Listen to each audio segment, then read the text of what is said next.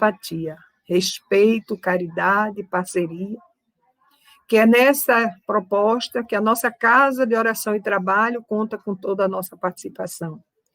Imbuídos da confiança, da ética e do respeito, estamos aqui, Senhor, reunidos, contando com teu apoio e tua assistência, bem como a espiritualidade amiga e maior da nossa casa, no sentido, Senhor, desta confraternização, dessa harmonização de propósitos, de objetivos, todos vinculados à metodologia da pedagogia espírita e, sobretudo, Senhor, esse novo recomeço, este novo momento que todos nós estamos passando e vivenciando, mas a Casa de Bezerra de Menezes está aposta e atenta, Senhor, para nos preparar para o porvir, sob a tua coordenação divina, mas, sobretudo, Senhor, nos permitindo continuar comprometidos com o bem, com o amor e com a caridade, e, sobretudo, Senhor, a união de um grupo de pessoas que conseguiram entender o seu papel no caminhar da evolução. Muita paz fica conosco, nos inspira. Sob a bênção da espiritualidade da casa, nós passamos a palavra ao coordenador dessas ideias, Chico, para que ele dê por iniciado essa conversa salutar chamada Trabalho de Amor. Muita paz.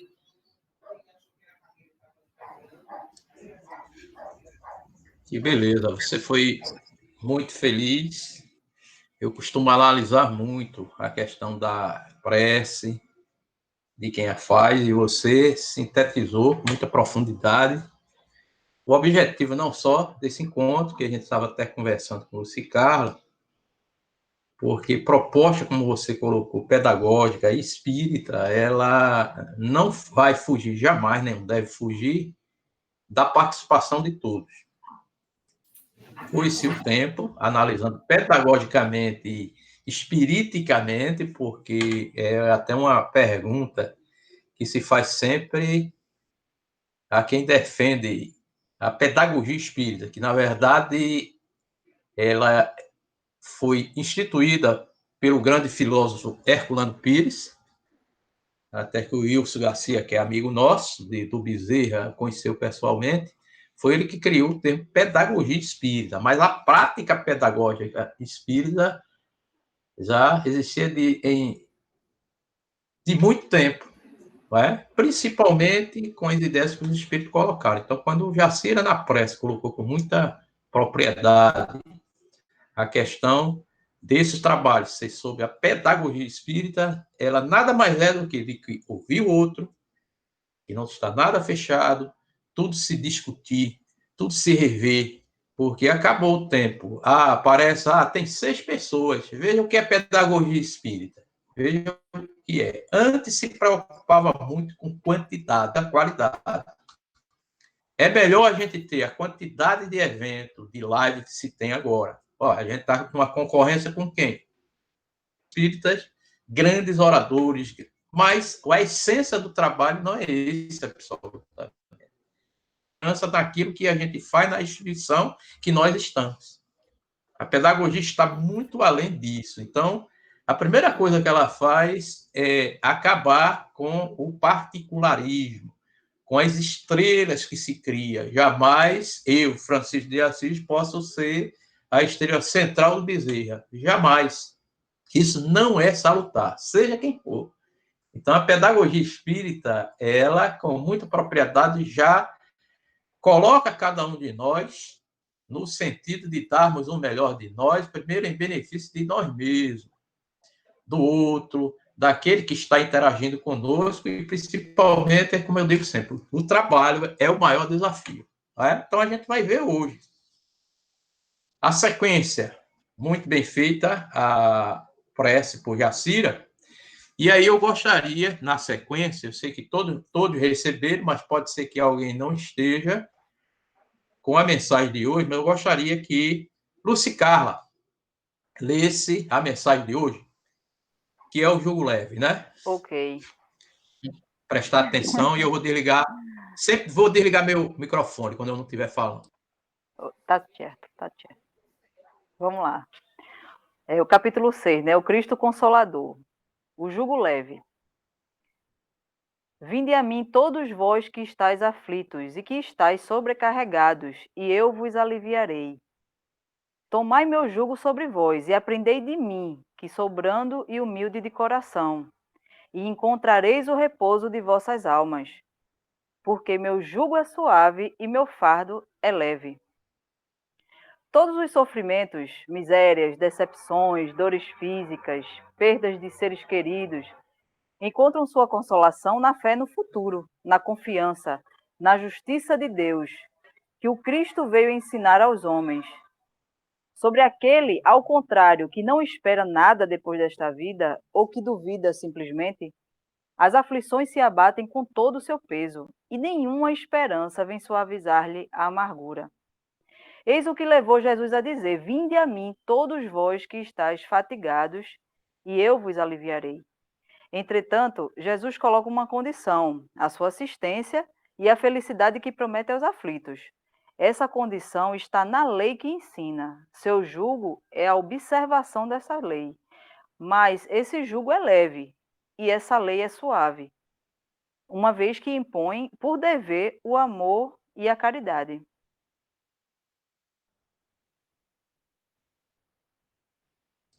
Obrigado, Lucicarla. Ouvir atentamente a profunda mensagem trazida por um livro que é um dos mais importantes dentro dos 23 livros da codificação, que são livros básicos. Básico não se quer dizer menos importante, pelo contrário. No dia que a gente tiver a ciência do conteúdo básico do Espiritismo, básico é aquilo que vem primeiro, né? É por isso que Kardec, na Revista Espírita, logo ele diz que o Espiritismo que nós temos, que ele codificou, que os Espíritos nos deram, é apenas um esboço do que seja mesmo o Espiritismo. Veja que colocação.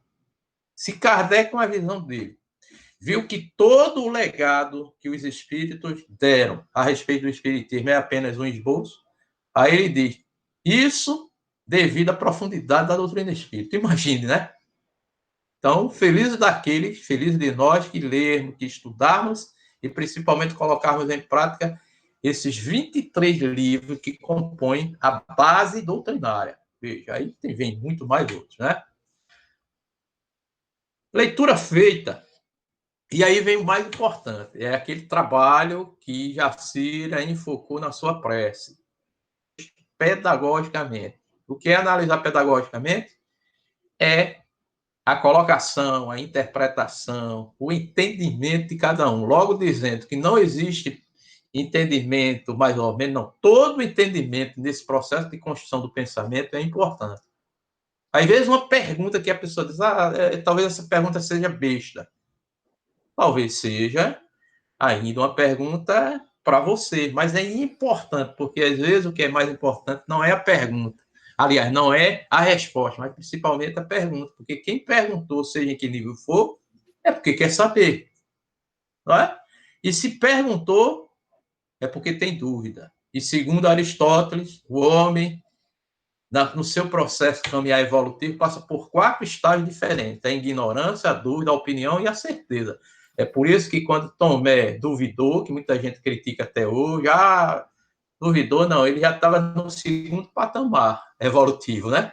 Aquele que duvida já está em outro patamar do que aquele que não sabe de nada. Então, nesse processo de construção, e aí eu vou me calar um pouco, mas depois vou interagir, gostaria de saber quem é que se prontifica primeiro. Assim, primeiro, dizer da importância e o porquê de ter escolhido e vocês terem aceito, acredito que foi pelo mesmo motivo. Devido a essa segunda rebordose aí da pandemia, né? Lamentavelmente como produto da intempérie do próprio homem, talvez seja um processo aí voluntário, né?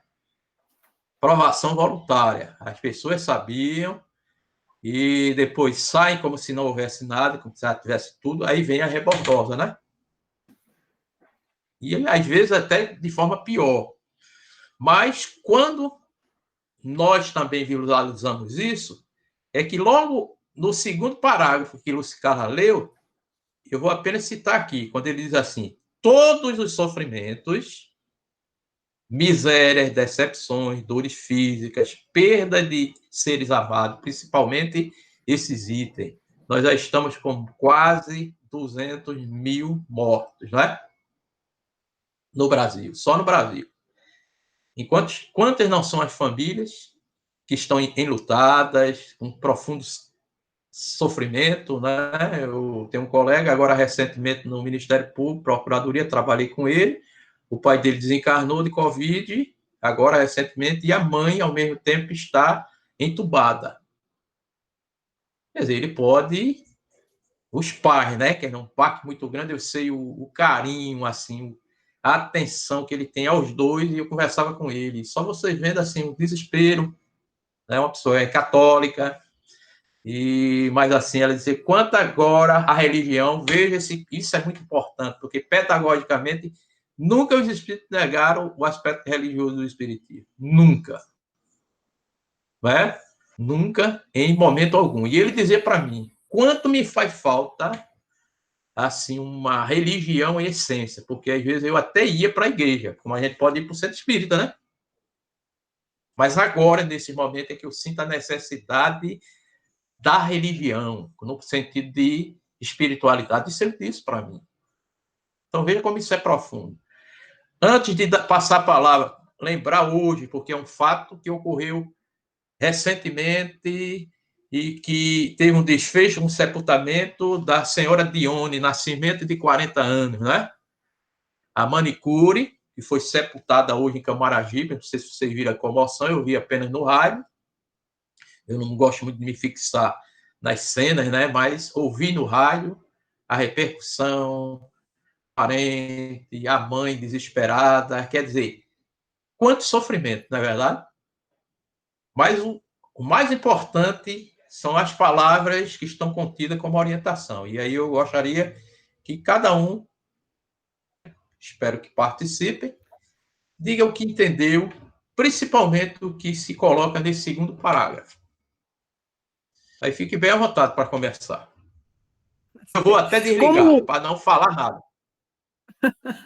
Como você criou uma sala de conversa, já existe uma ferramenta, uma dinâmica pedagógica, e foi criada, eu não sei se tenho essa responsabilidade de dizer que foi criada.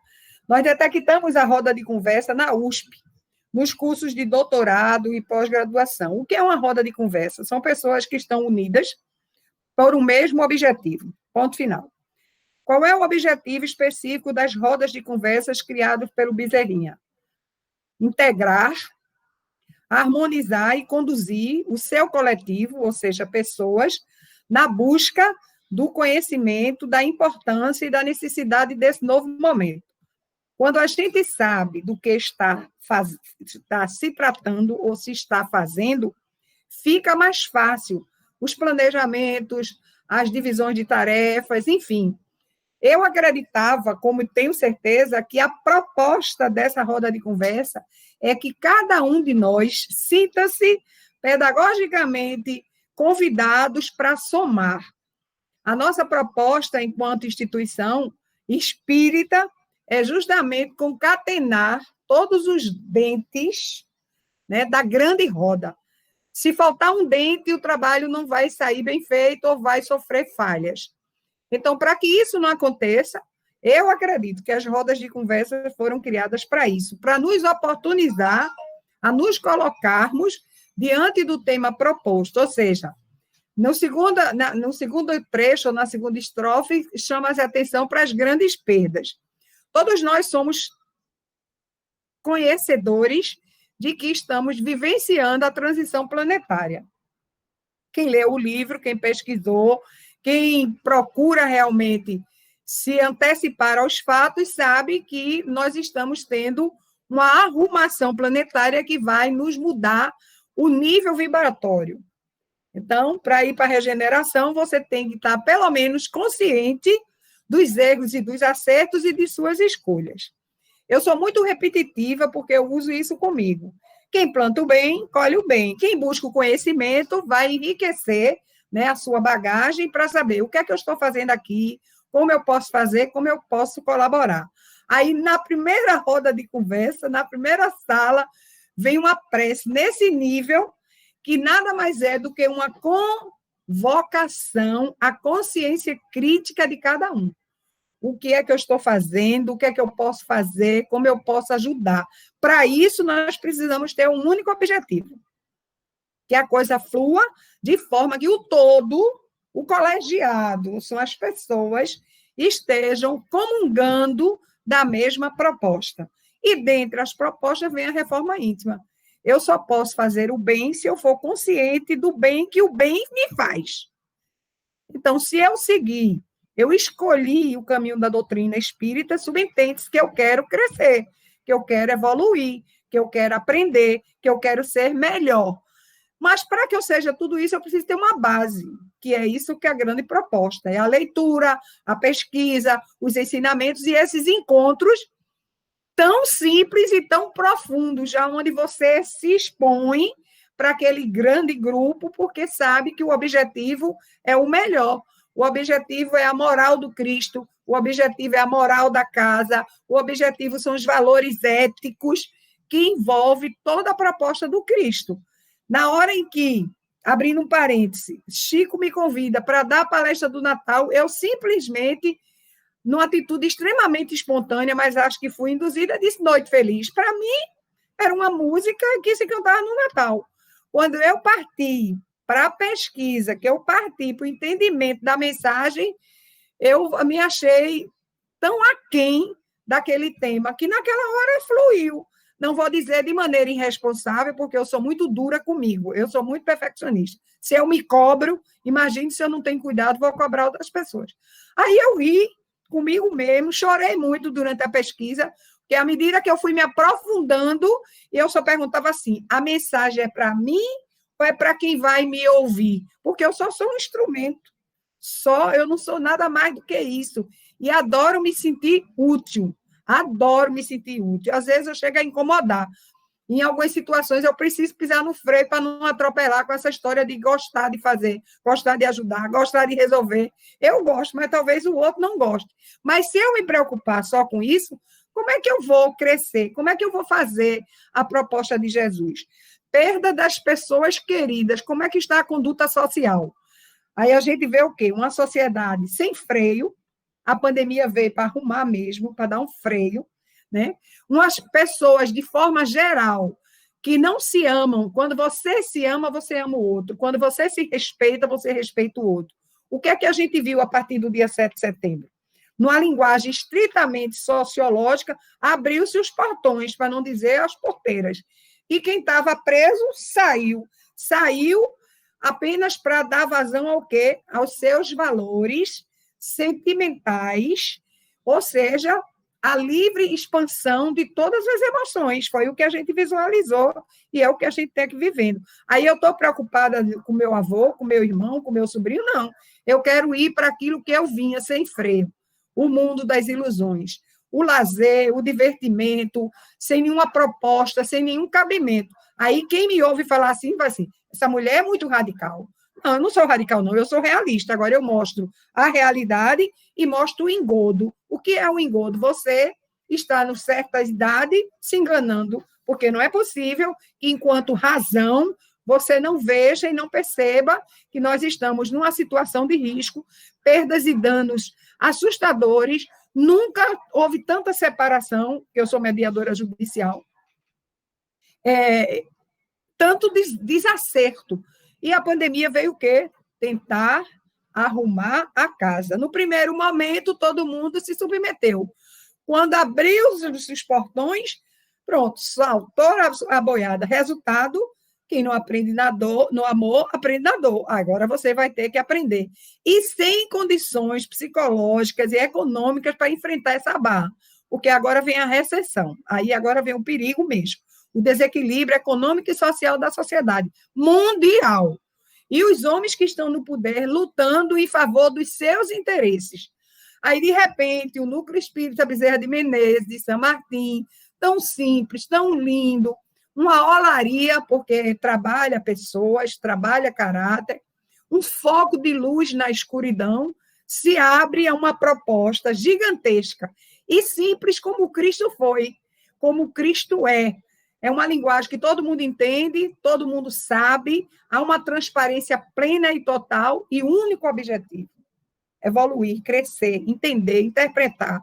Então, parabéns mais uma vez, né, em nome de todos, e olha que eu sou atrevida, em nome de todos, por essa nova oportunidade, porque roda de conversa a gente faz na faculdade. O excelente agora é sala de conversa, significa que sempre cabe mais um. E o que vier só vai ter lucros, porque vai entender, vai aprender e vai aprender, sobretudo, a interpretar o valor e a importância de uma casa espírita, os valores éticos e morais que o Bezerrinha tem.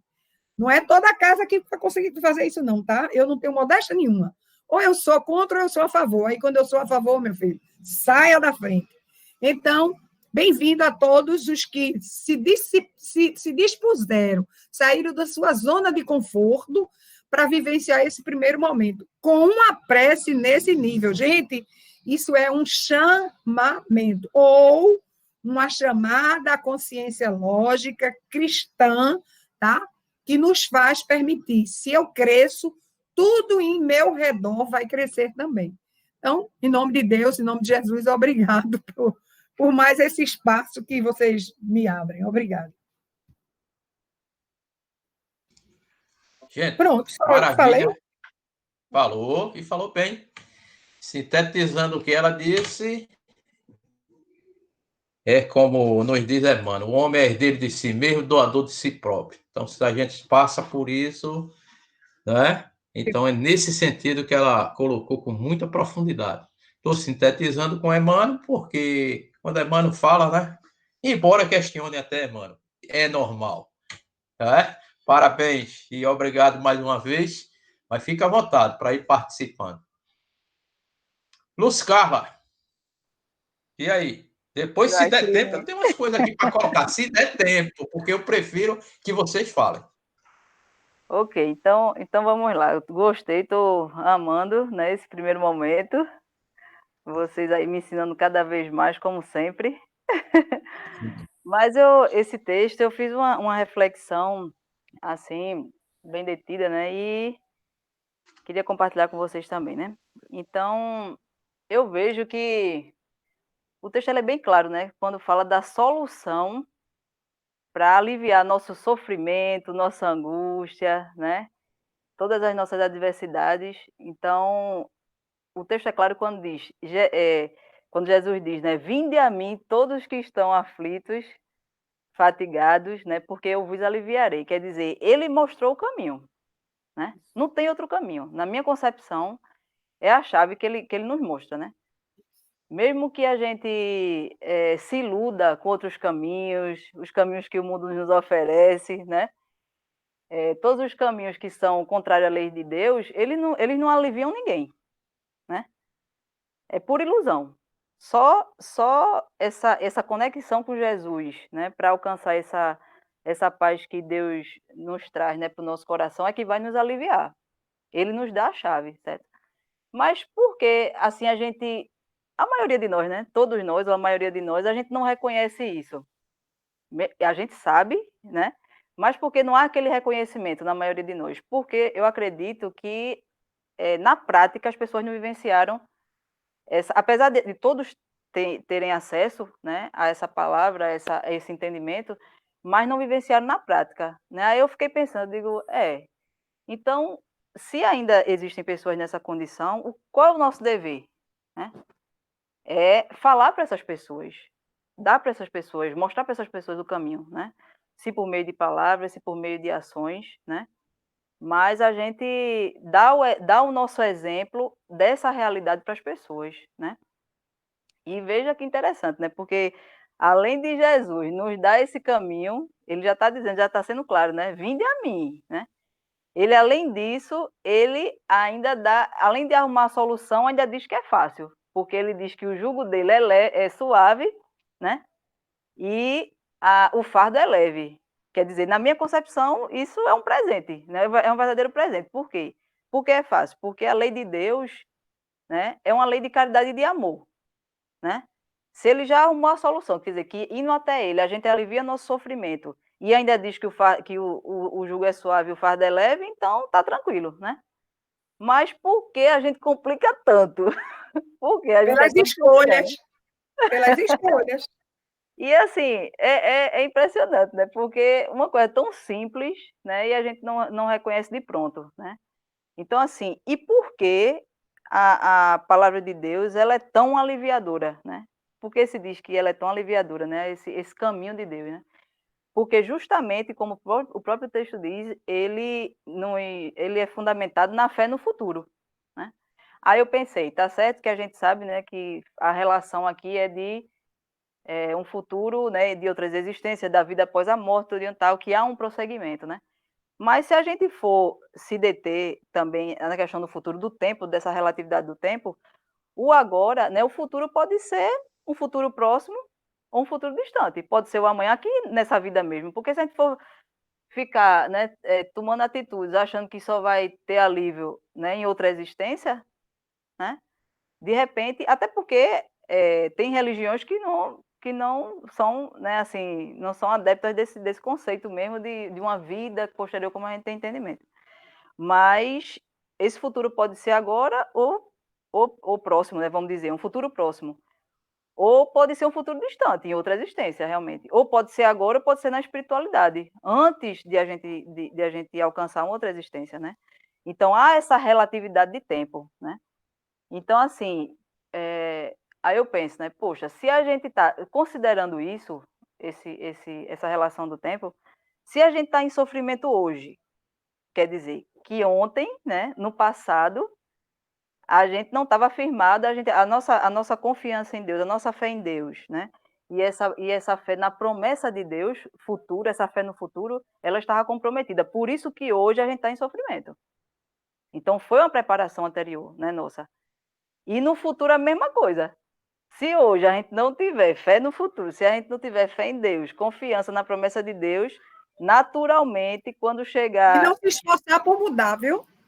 Como Que é? Como é? a proposta de Deus é justamente a reforma íntima, que cabe a cada um. Aí Se a gente você não tem fizer todos isso. os nós, né? Tem todas as dificuldades, tem todas as ilusões, e não se perguntou ainda o que é o melhor para mim, para eu atender o objetivo do Cristo. É a reforma íntima, então pagamos por nossas Exatamente. escolhas. Então, se Jesus nos mostra o caminho, a gente vê que é fácil, porque nada é tão fácil como viver no caminho de Deus. A gente sabe, a gente tem provas disso, né? Pequenas amostras, a gente sabe quando a gente está andando no caminho certo, que a gente, assim, é uma paz, nem, pode ser que não seja uma plenitude, né? Mas a gente já sente a amostra de uma paz interior. Então já tem um caminho, o caminho é certo, é fácil, porque o jugo é leve, né? E o jugo é suave, o fardo é leve, né? Então, sabendo que tem uma total esperança, né, no futuro, e a gente não se compromete hoje, né, com a nossa reforma íntima e com a reforma íntima das outras pessoas também que estão em sofrimento profundo, porque o sofrimento é profundo, a gente sabe, principalmente nessa época, né? Que as pessoas estão, assim, eu estou me surpreendendo com as pessoas, é impressionante, né? Porque a diversidade por adversidade a gente passou desde que nasceu, passou, né, durante toda a nossa vida, agora vai passar também mais tarde. Ou seja, a gente tem que estar sempre preparado, né, para o que pode nos acometer, né? Então é isso, minha gente. É assim, primeiramente, né, inicialmente foi essa reflexão que eu fiz. Pronto. Muito bom, perfeito. Eu sintetizar também, porque ela primeiro foi muito feliz quando citou o que Jesus sugeriu para todos nós e continua a sugerir, ele como governador do planeta Terra, né, a maior capacidade, é por isso que a 625 continua atualíssima, não tem como não ser, né, pelo que ele fez, sobretudo, porque não escreveu nada, falou, fez. Deixou o exemplo. Principalmente a mensagem dele foi a prática, né? Então ele tem moral para isso. Vinde a mim, todos vós, e você foi muito feliz quando colocou isso. Agora, complementando também, e você também, quando citou, aí, o que é que ele diz aí? Anteriormente,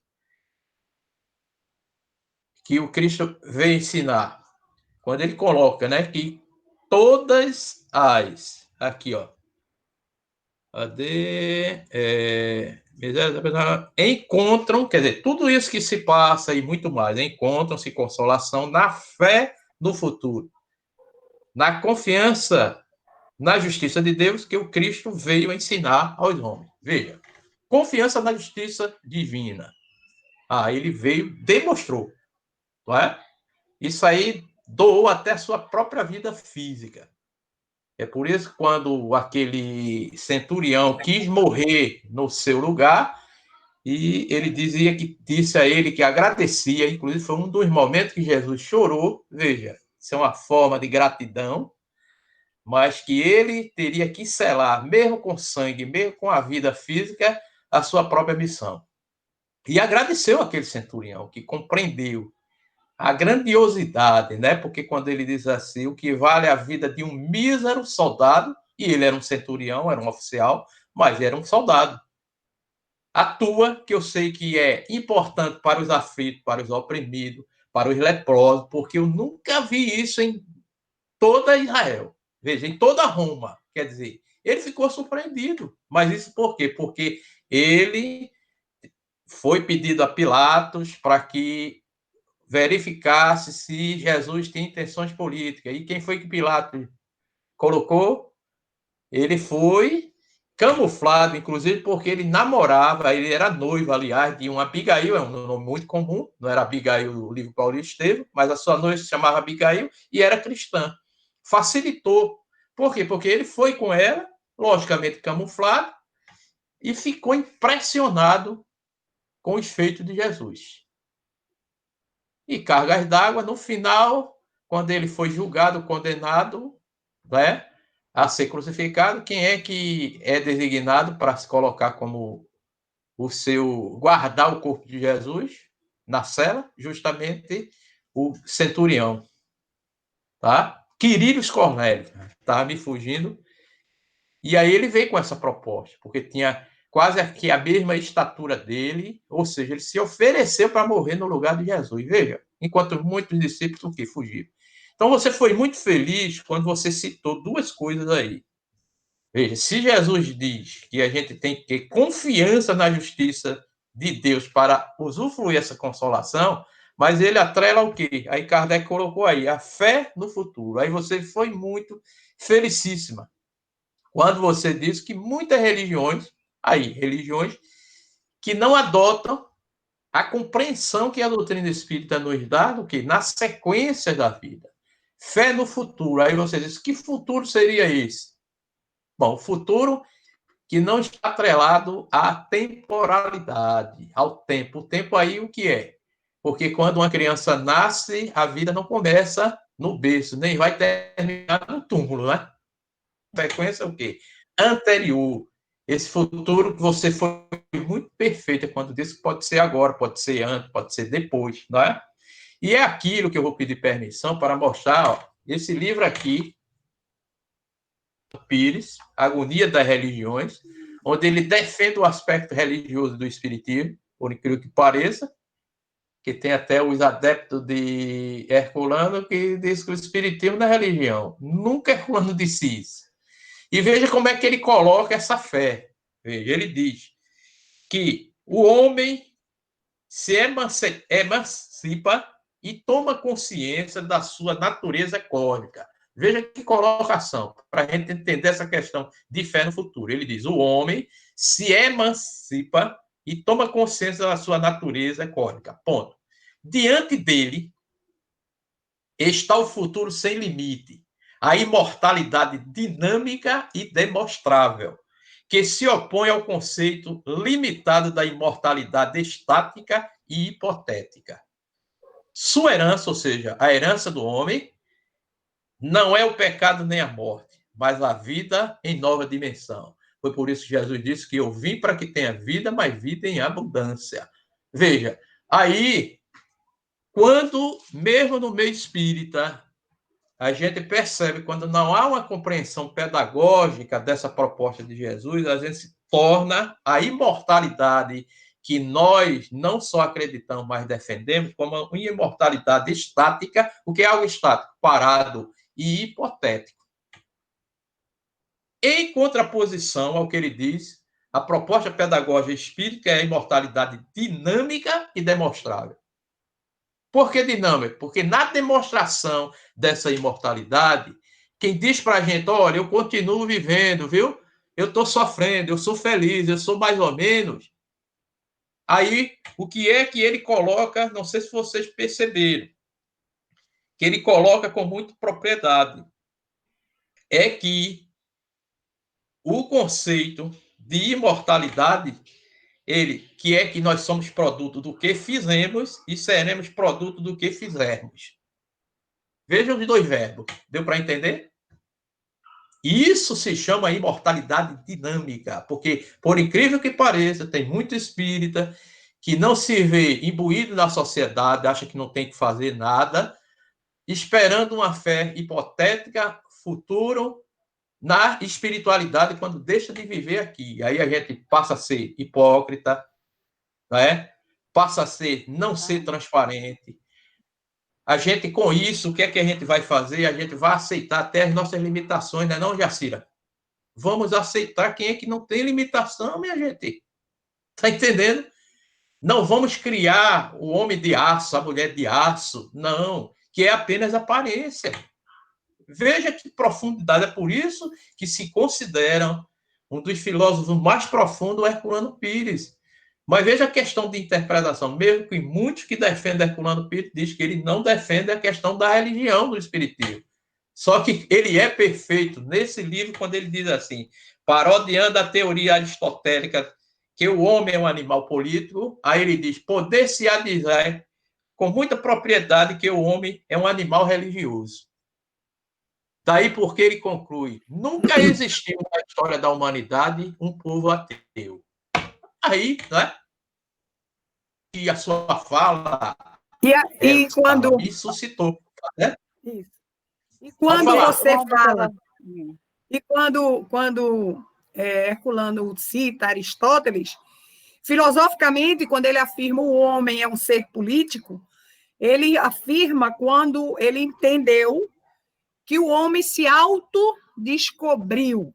Tudo que o homem fez, desde suas raízes históricas, cientificamente provados, o homem se auto-instruiu. Ele nasceu mudo, ele nasceu nu, ele se cobriu de peles para se proteger, ele não criou uma arma, ele queria algo para pescar, que, obviamente, depois se transformaria numa arma. Abrigou-se numa caverna. Então, a partir do momento em que o homem entendeu a sua capacidade de criar e aprender, ele é um ser político.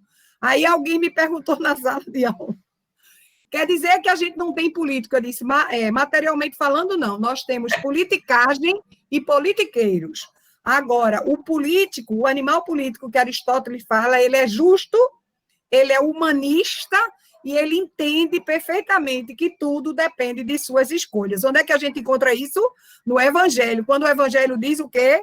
Quem planta, colhe. Então, plante o bem que você vai ter o bem de volta. Ah, mas eu vou ficar bonzinho para o bem voltar. Não é assim, não. Quem me criou sabe quem eu sou antes de eu ser Jacira Bezerra. Imagina o que é que ele não conhece de mim. Aí eu uso um discurso de boazinha e não sou boazinha. Eu estou enganando a quem? A você. A mim. A ele, não. Quando os reveses, quando o convite para o acerto de contas chegar, é meu destino. Não, querido, o destino quem faz é você pelas suas escolhas. Agora, não delegue a Deus, porque o que ele diz? E de fazer a tua parte. Ele jamais disse que ia botar ninguém no colo. Tá? Mas eu sou boa, eu faço donativo. Ele não mandou você doar nada, não. Ele mandou você fazer o bem. E o bem é amplo. Entendeu? O bem é o servir, sem ser servil. Há uma diferença entre ser servo e ser servil. E o que é que a doutrina espírita nos alerta? Sermos o quê? Servos de quem? Da inesgotável fonte de luz, de amor e desse poder. Quem? Jesus. E o pai abriu de mão desse filho materializou este filho, deixou o exemplo, estamos em 2021, a pandemia batendo na nossa porta, a tecnologia exigindo que a gente mude, que a gente entenda, que a gente cresça, que a gente evolua, e a gente ainda vai dizer, é destino? Não. Se você não aprende pelas trilhas da educação, você vai oferecer e você vai apanhar e vai aprender pela pedagogia da vida. Plantou, colheu, acabou, frio. É simples. Mais uma vez, eu só queria fazer uma observação daqui a pouco. Tá maravilhoso. Olha, não se preocupe não, Jacenira, Beta, Vanúzia, Vitor, que eu prometo que na próxima eu vou ficar calado, Jacira e Lúcia Carla. Aí começa de vocês, tá bom? Vai lá, Lúcia Carla. Não, é rapidinho, né? A gente estava falando da responsabilidade, né? De se apropriar da responsabilidade na vida que a gente está. Né? Porque o nosso planejamento reencarnatório, eu estava discutindo um dia desses com um amigo meu, que ele até é espírita. Perfeito. Aí eu disse, rapaz, a espiritualidade é como se fosse um ponto de encontro, mas a prática, aqui é a nossa realidade. Não adianta.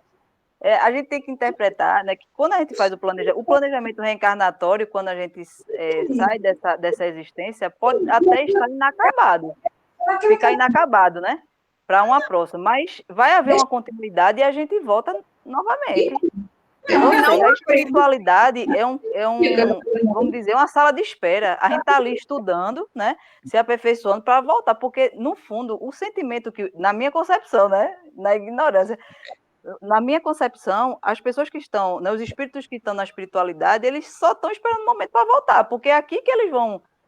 Mas não é bem assim, não. Chegar lá e querer voltar, não. Vai ter um encontro de contas. Vai ter um encontro de contas. Não, senhora.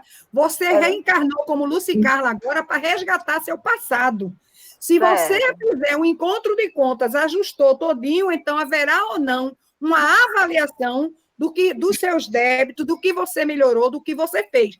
Finalizou a prova final, aí você vai o quê? Ser preparado espiritualmente para retornar, e que vai ser difícil, porque ninguém quer mais parir, no sentido de ter filho, tá, gente? Não é palavrão, não.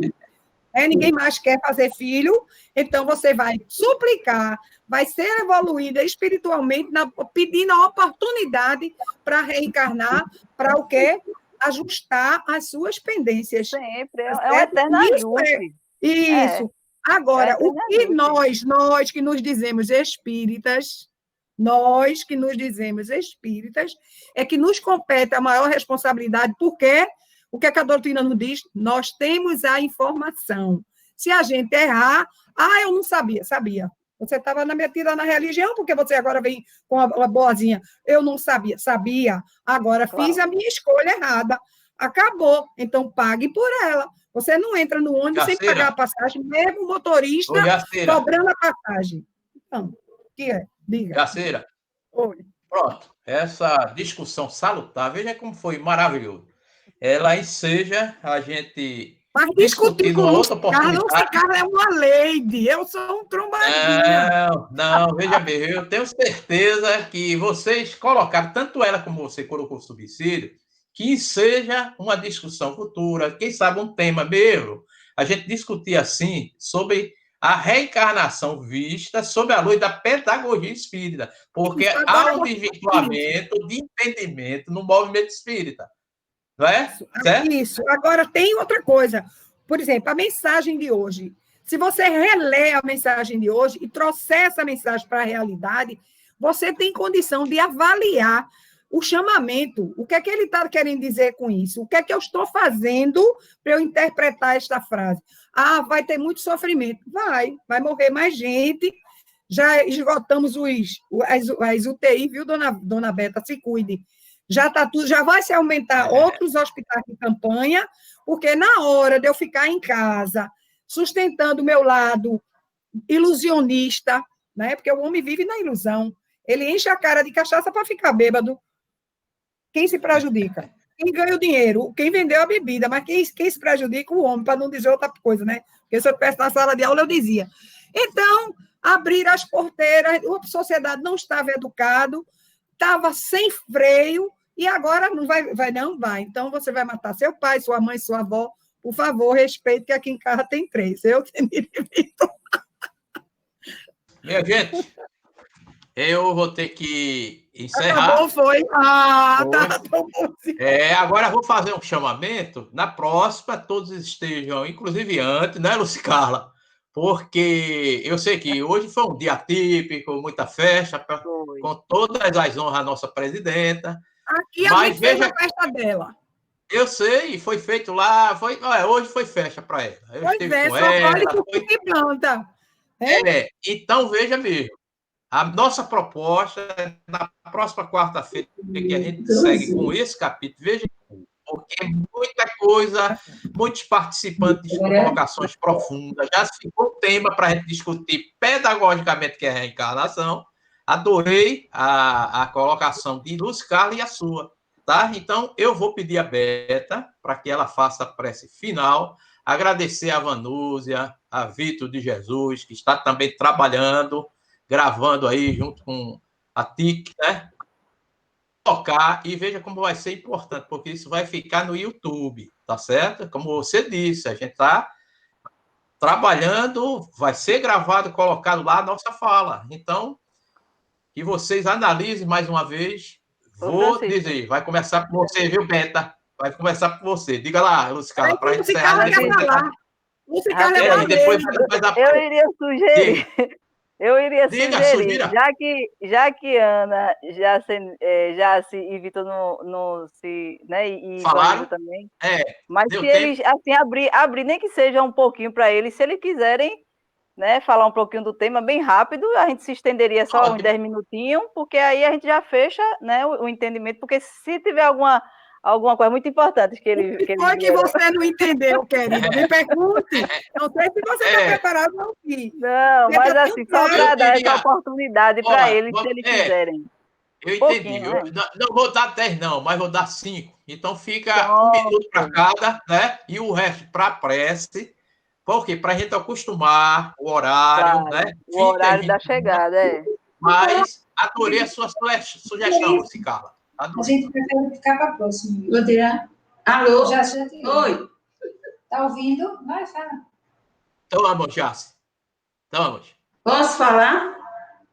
Tá me ouvindo com a máscara? Tira a máscara. Tira a máscara. Veja só. Na realidade, é muito boa as discussões e a gente vai aprendendo. Mas a reflexão que eu fiz é pouquinho. Isso para a minha vida. A gente sempre age, eu vou falar por mim, pelo meu entendimento, a gente age assim, vai para o centro, para a religião, eu vou falar da minha casa, e muitas coisas, através do estudo, a gente entendia que a gente está no centro, tem uma postura, mas quando a gente vinha para casa, a gente tinha outra. Então, o que é a minha reflexão diante disso tudo? Porque isso daqui dá um seminário, né? Essa lição é atualíssima.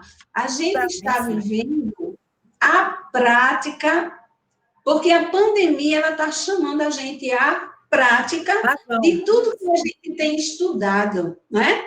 Então, eu acho importante na reunião de desobsessão, Denise, que também tem essa forma de entendimento, ela disse assim: Elizabeth, a gente está trazendo o bezerrinha para o nosso lar. E isso é verdade.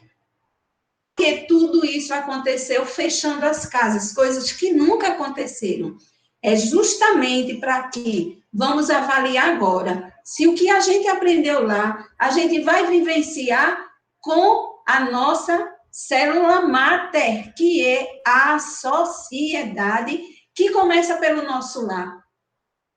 Está entendendo?